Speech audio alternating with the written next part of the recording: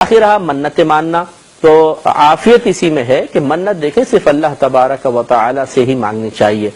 یعنی نظر مانگنا، منت ماننا، آپ یوں ہی کہیں کہ اے اللہ اگر میرا فلاں کام ہو گیا تو میں تیری رضا کی خاطر مثلا نماز پڑھوں گی یا روزہ رکھوں گی یا غریبوں کو کھانا کھلا دوں گی یا حج کروں گی تیری رضا کی خاطر. یہی منت شرعی منت کہلاتی ہے.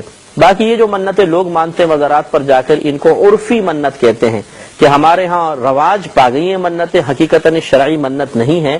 نہ اس کا ماننا کوئی فرض و واجب، اور اگر بالفرض کام ہو جاتا ہے تو نہ اس کا جو آپ نے منت مانی تھی اس کو کوئی پورا کرنا واجب. اور اب یہ جو چادر وغیرہ چڑھانے کا سلسلہ شروع کیا گیا ہے، یہ تو مطلب بڑا عجیب و غریب سلسلہ ہے کہ اس کی ابتدا تو اس لیے کی گئی تھی کہ پہلے یہ قبے بھی نہیں تھے، بلکہ ایک چادر رکھ دی جاتی تھی قبر کے اوپر. کسی کوئی ولی کی قبر ہے، فقیہ کی ہے، کسی صحابی کی قبر ہے، تاکہ چادر کے ذریعے کہ امتیاز پیدا ہو جائے کہ یہ عام آدمی کی قبر نہیں ہے، تو لوگ کم از کم اس قبر کی بے حرمتی سے محفوظ ہو جائیں گے. کیونکہ معاشرہ جیسے جیسے آگے بڑھا، زمانہ آگے بڑھا، تو لوگ بے احتیاطی کرنے لگے. آج بھی آپ دیکھیں قبرستان جاتے ہیں، قبروں میں چڑھ کے بیٹھ جاتے ہیں.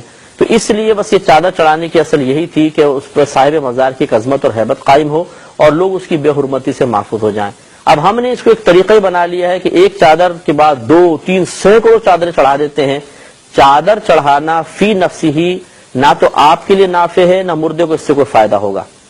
اگر وہاں پہلے دور میں ایک سے زیادہ چادر چڑھاتے تھے تو وہ غریبوں میں صدقہ کرنے کے قصد و ارادے سے ہوتا تھا کہ ہم اس مزار پہ چھوڑ کے جا رہے ہیں، جو مجاور متولی اس کو اٹھا کے کسی بھی غریب کو دے دیں تاکہ صاحب مزار کے لیے اصال ثواب ہو جائے. آج یہ قصد و ارادہ بھی ختم ہو گیا. وجہ کیا ہے؟ وجہ یہ ہے کہ ایک تو ہمیں یہ پتہ ہی نہیں ہوتا کہ ہم چادر کیوں چڑھا رہے ہیں.